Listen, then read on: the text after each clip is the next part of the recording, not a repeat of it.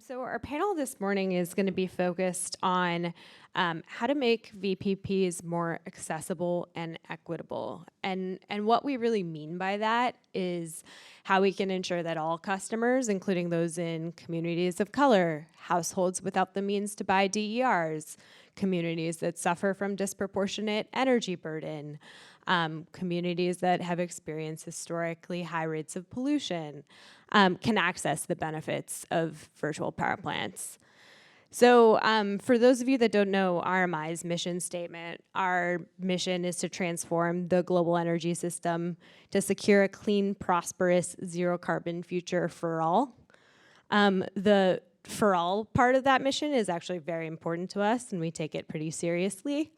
And personally, this is also the part of RMI's work that drew me to the organization. So a lot of my first projects at RMI focused on running a social change lab in New York City, post-REV, looking at models for utility community collaboration to create access to more low-income programs for distributed energy resources. So also a topic that's just very near and dear to my heart. All that to say, I'm really excited to introduce our panelists this morning. I'm going to ask Jen Downing, who's going to moderate our panel, Dr. Brandy Brown, and Matt Flaherty to come on up to the stage. And we're going to go ahead and get started.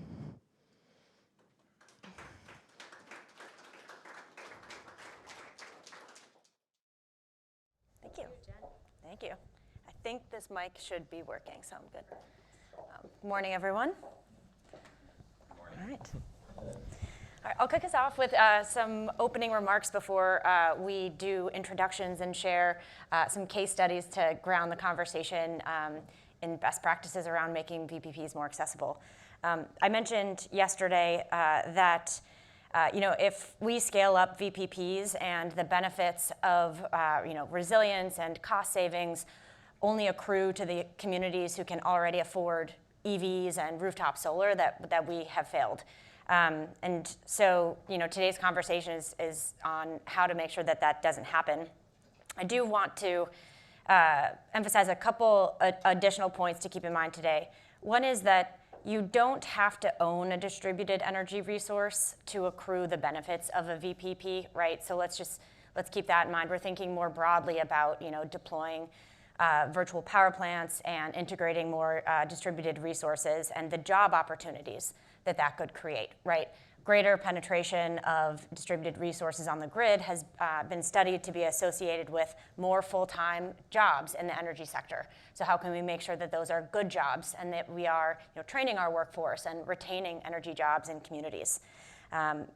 Everyone benefits from a more resilient grid or from lower rates, if we can deploy these in a cost-effective way. That said, there are many benefits to owning these distributed energy resources, right? Air quality, energy cost savings. And I think it's a time-sensitive issue for a couple reasons. The time-sensitive issue being, making distributed energy resources and potential VPP participation more accessible. The first is, a lot of times when communities or an individual, purchases a water heater, it's when it's about to break or it breaks, right? And that only happens every 10, 15, maybe 20 years, right? And so if you miss the opportunity to help them make the energy efficient, VPP-enabled choice when they're choosing between the gas water heater or the electric water heater, you may not have another chance for over a decade, right? The second reason why I would consider it time sensitive is because as you think about VPPs that are used to manage down peaks, those peakiest hours are going to be worth the most to utilities to kind of tamp down, and other energy providers and load serving entities to tamp down. And so the early adopters of VPPs are going to be the ones who are I think taking advantage of that opportunity. So with that kind of sense of urgency and to kind of ground the conversation in why we want the VPPs to be more equitable, I want to pass it over to our panelists to introduce themselves, their organization, and share a case study of where VPPs or distributed energy resources have been deployed in an equitable way. Dr. Brown, do you want to start? Thank you, Jen. So I'm Brandy Brown, originally from Michigan, and I am the Chief Innovation Officer for Walker Miller Energy Services. A lot of folks outside the Midwest and South haven't heard of Walker Miller. We do primarily implementation work in low and moderate income communities with a focus on those who are underserved. Carla Walker Miller, our founder and CEO, started this company over 23 years ago, started to distribute large power generation equipment, and then was doing such a good job that utilities asked her to move into energy services work, because as we were rolling out energy efficiency programs, they noticed that they were not getting into communities around Detroit and weren't able to get into households. Households in Detroit, which are 80% Black, did not trust the utility coming into their homes. So the utility executives did what they could. They tapped the first Black person they knew, and that was Carla. And so Carla said, I don't know what this is, let's figure it out. And for 20 plus years, we've been going down that road and expanding the bridge that we've built between community and energy services. So for our case study, right now we are in the thick of it, trying to launch our VPP in Detroit with a focus on equitable deployment.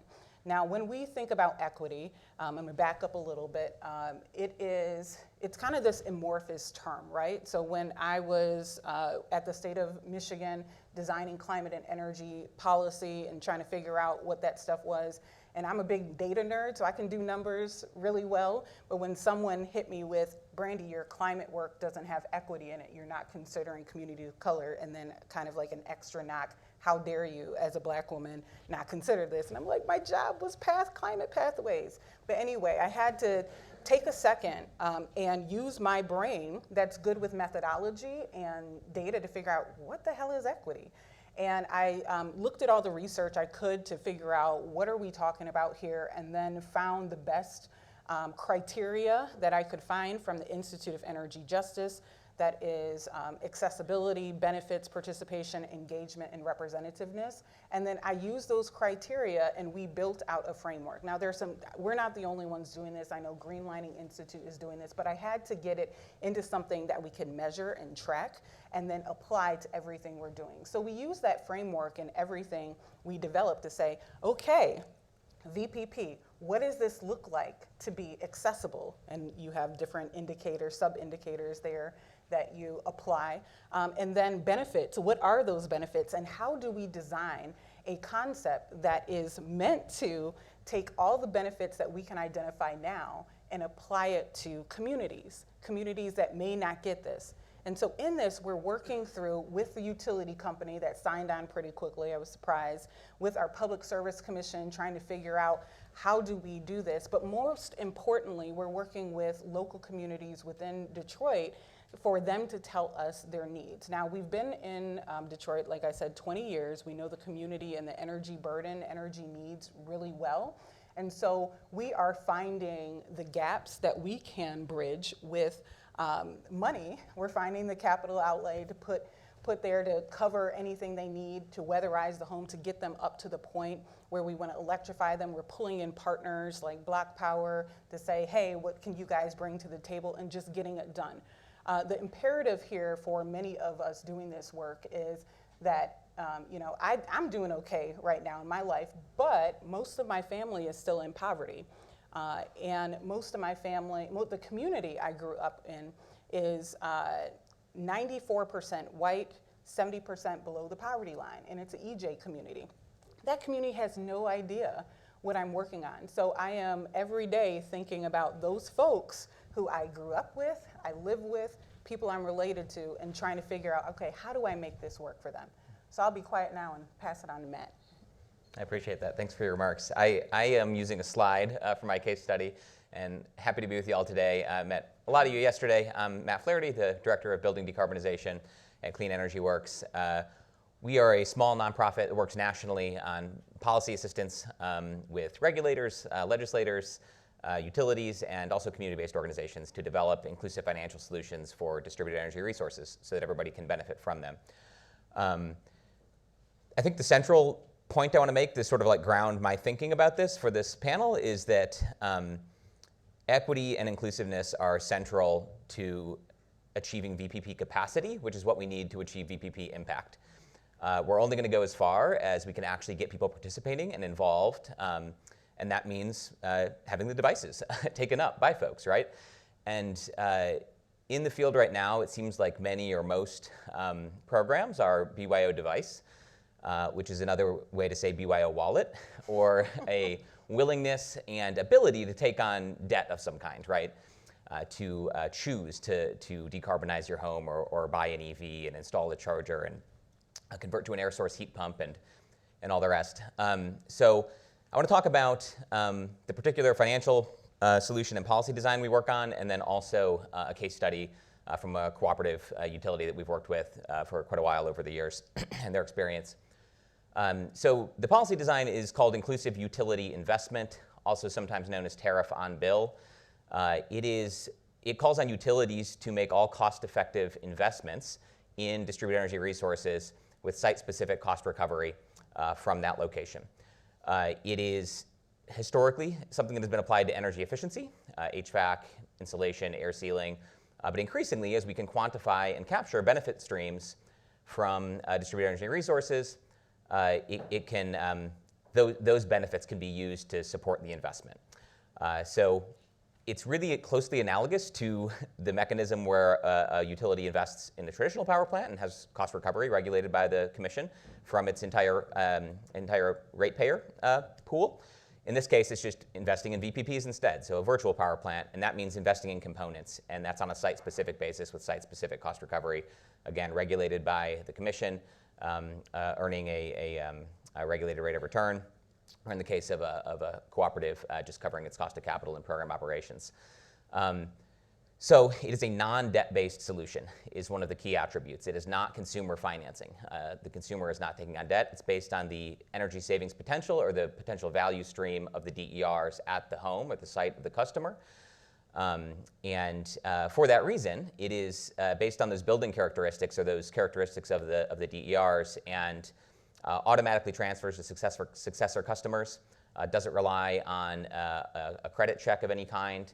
And so it can overcome some key barriers that are often faced in this context of how do you overcome upfront cost? How do folks adopt resources when they can't afford them out of pocket?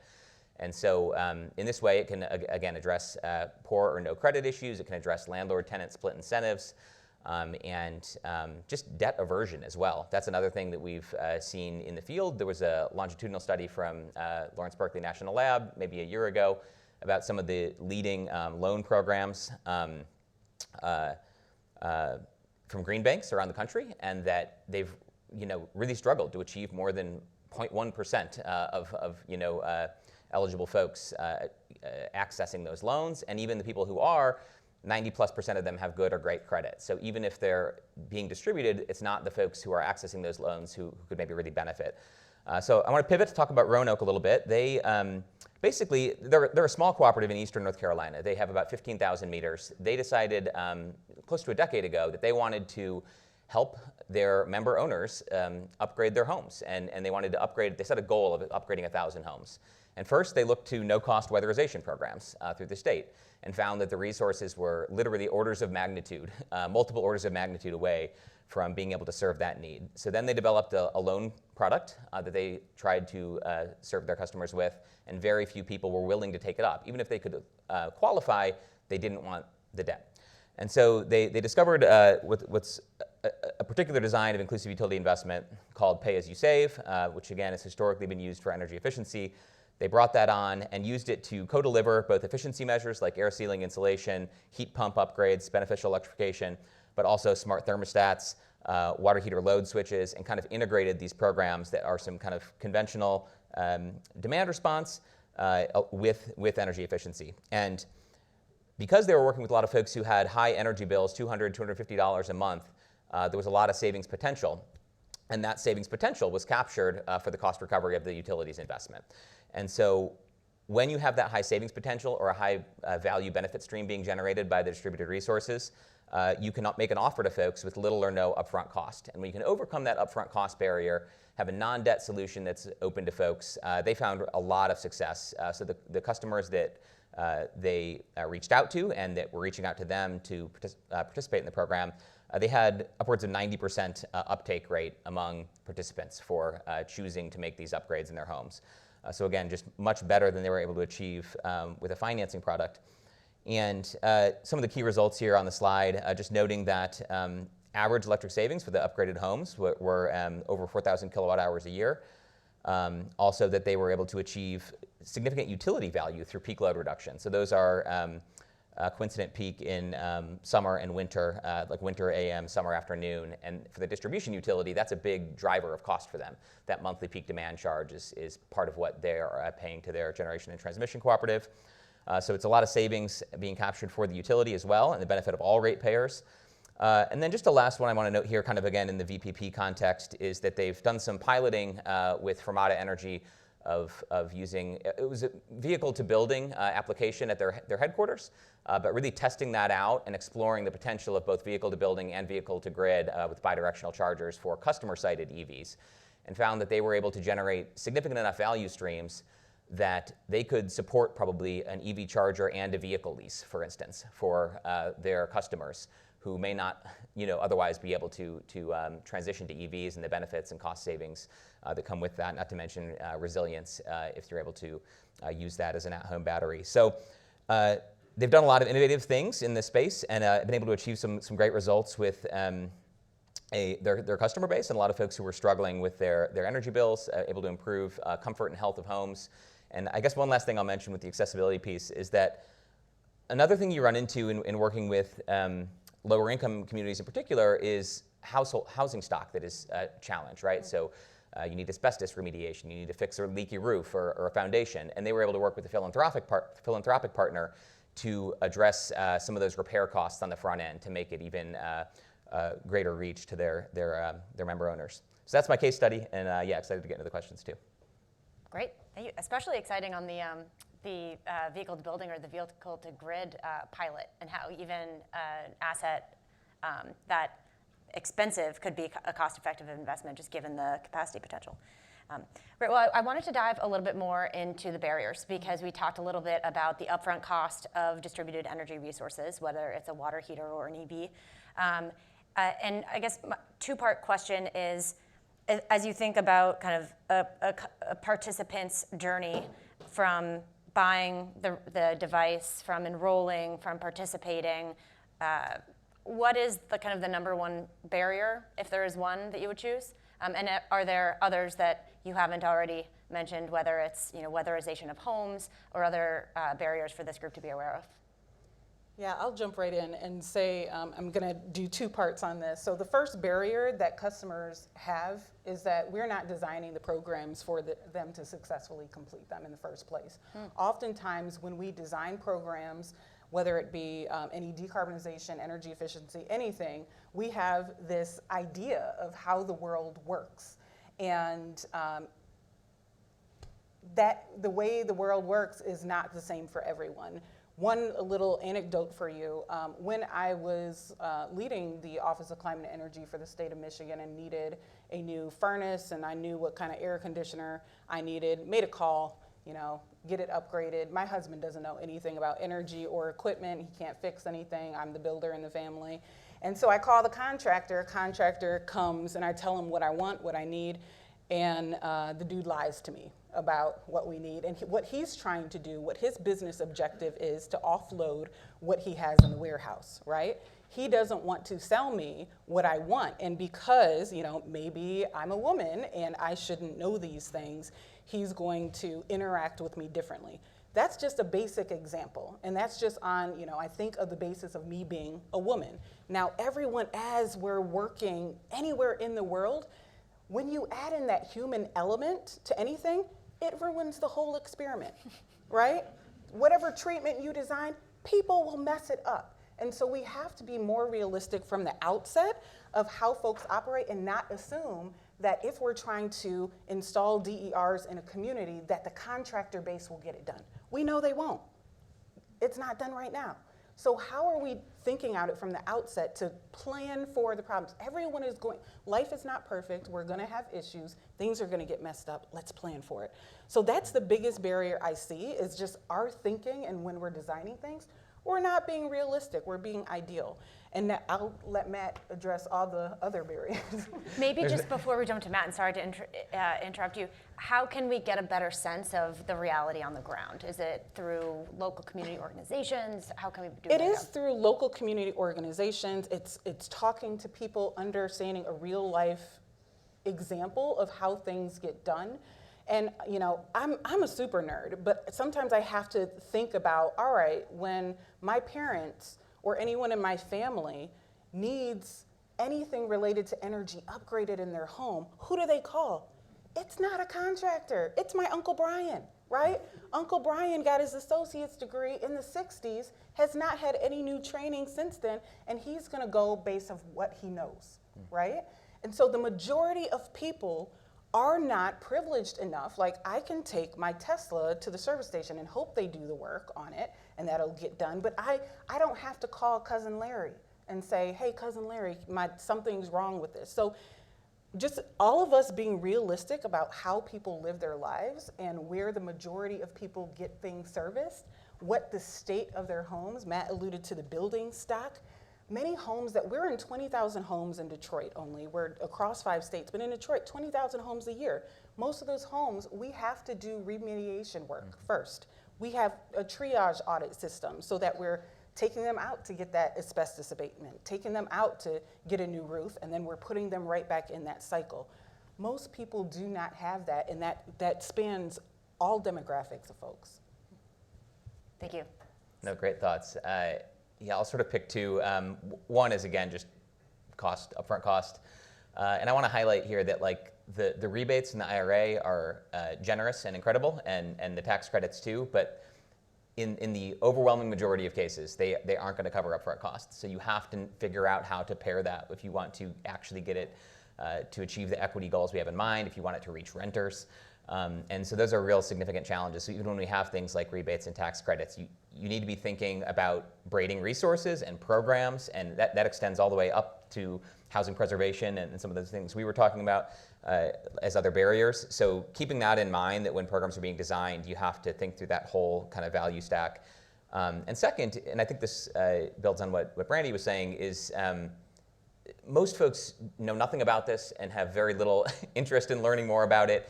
You have to make it easy for folks, right? So you have to make it as simple as possible, and programmatic support can help with that. So it's the more you kind of make this automatic, and the easy choice is to say, yes, oh, here's this value proposition for the customer. I'm going to save a little bit on my energy bills. I'm going to have a more comfortable home, and then I'm going to own this equipment that's going to benefit me and my family. And they can make that choice and have sound protections and consumer protections around it like that. Make it easy for them. I think the gold standard would be to get to something like an opt-out program. I don't think we're quite there yet. It takes a lot of protections to build something like that. But I think trying to move in that direction, make this simple, make it easy for folks to say yes to. And if I may add on that, so on the barriers, you talked about, Matt, that most people aren't aware. And if you think about how people become aware enough to engage, they have to trust. Oftentimes that happens within communities, whatever that community looks like. And we have to be more authentic in acknowledging who our community is and what they look like. I'm a Black Native woman. Most of the people I talk to outside of work are Black Native people in my family, in my network, and then all the Dutch folks I live around. Those are my people, right?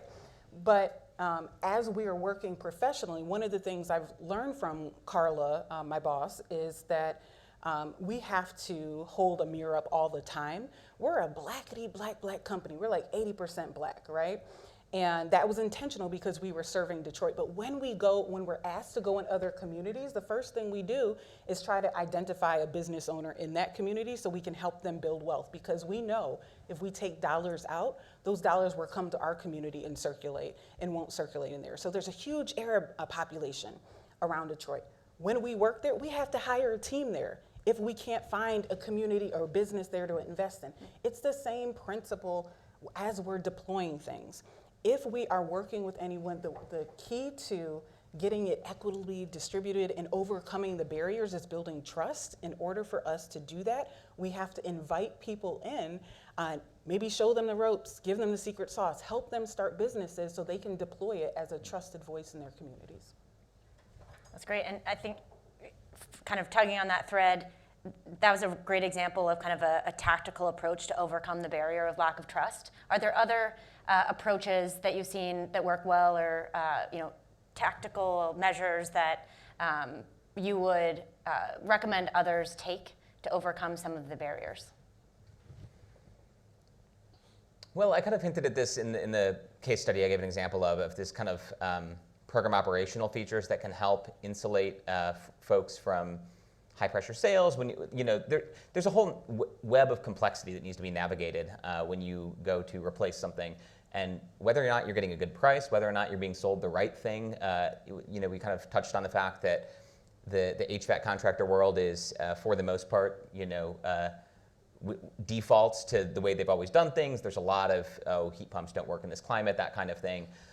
So when you have the way inclusive utility investment programs are typically operated is there's a program operator sort of operating that separately and a contractor network. So you're still getting that workforce development piece locally. The jobs are still flowing, but you're creating some intentional separations with who's interacting with whom in order to overcome some of the challenges essentially of navigating clean energy upgrades as on your own as an individual household or resident.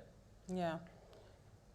Definitely agree that solidifying that contractor network has been the hardest barrier for us to ensure that we're building trust, because we can do all we can to have our workforce be able to represent the community. But when we're doing that handoff, a lot of times we need either to help that contractor stand up, or we need to give them training, and there's a whole bunch of things there. So we've had to start an incubator program that we run for contractors to be able to install anything, and we teach them and train them, and we work with partners to do that.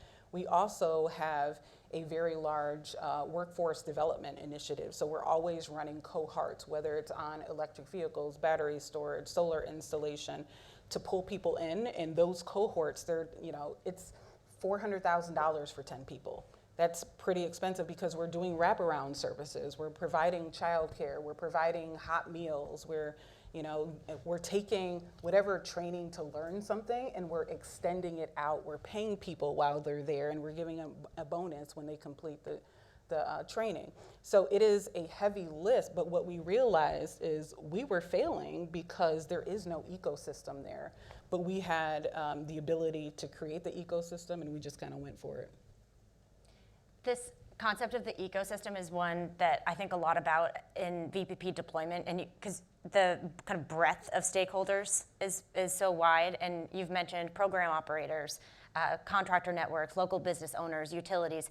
Can you just elaborate on who are some of the linchpins in this ecosystem, or who may be kind of the unsung heroes that you really need to engage and may be overlooked but are critical on the ground?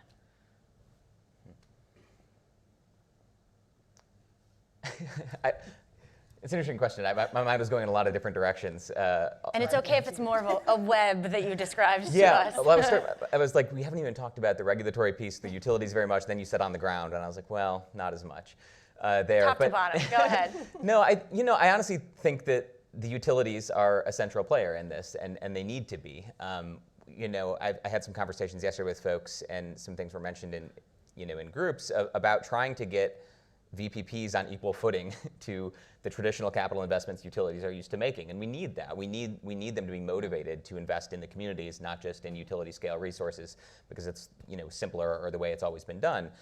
We need that for a lot of reasons, for all the equity reasons we've been talking about, and shutting down peaker plants and avoiding costs and downward pressure on rates. So I think we need to embrace that at some level and help utilities get there, and just realize what that takes from a incentive standpoint, from a regulatory standpoint. And a lot of the work being done by the groups here, I think, are helping us get there too, making sure we're trying to appropriately quantify and value, the benefits essentially of this entire system. Mm-hmm. Yeah, completely agree. And I think for us, the linchpin is policy. The utilities, I thought utilities would be the hardest to convince, and they were actually the easiest. I think they're used to my harebrained ideas. But like, they came aboard and were like, yeah, we have this problem. We don't understand equity. We're getting killed on resiliency, and we need something. And you know, that was okay. But then policy for where we're running this project in Michigan states that you cannot have, if you are generating energy and connecting it to more than one home, then you have to be a utility, and it's essentially illegal. Yay. So we have to find ways around that in the short term while policy starts to catch up with where we need to be. So our end run around that was to pull in the city of Detroit, who has a utility technically that's not really there, but we can use that designation of a utility to get around everything. Oh. So you started to answer this a little bit going down the policy route, but how can this community of kind of, you know, VPP advocates, energy technology providers, service providers, and just the VP3 kind of platform, how can this community support your work and similar work across the country? I think be louder. You know, let people know that you're here. After I started down this project, I think it was someone at DOE was like, Brandy, you need to be in this room, in whatever room we saw each other in DC. And you know, if it weren't for someone tagging me in, I would have had no clue, even though we're working with partners and moving down the road. So I think you guys be louder, you know, showcase your brilliance, push other people, even if they don't seem to be, you know, super technical or understand energy. There's something everyone can contribute to help us get to the end goal. On supporting, you know, equitable and accessible VPPs, I would say like intentionality is actually just like the number one thing here, and centering that more in all of the work that this group and this consortium does. I think it's, you know, front and center in the liftoff report in a good way, like it's expand DER adoption with equitable benefits, you know, and just working to overcome those barriers. So making sure that that's braided into what the groups are working on, the messages and stories you're telling, the policies you're advocating for. I think some of that's already there, but I think, just frankly, I think it could be emphasized more. And you know, to your benefit, back to my central point at the beginning of equity and inclusion are actually the path towards, you know, real capacity and impact on the VPP side. We need people to be able to take on and adopt these solutions themselves. And I think it will also, from a strategic standpoint, from a policy and regulatory space, bring in allies who might be differently motivated, but have equity as a strong and central goal. That might be true of the regulators themselves, of other folks that are intervening in rate cases or supporting on dockets. So I think strategically, for both capacity and reach, and for you know, policy achievement ends, it makes a lot of sense for this group to really embrace equity as a guiding principle in what you're pursuing. Excellent.